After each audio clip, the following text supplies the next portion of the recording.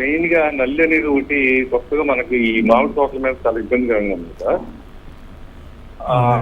మనకి మున్సిపల్ అయిపోగానే అదంతా కూడా ఇటు మామిడి తోటలకి అటాక్ అవుతుంది అనేది మనకి రైతుల్లో కొంచెం ఇదిగా ఉంది.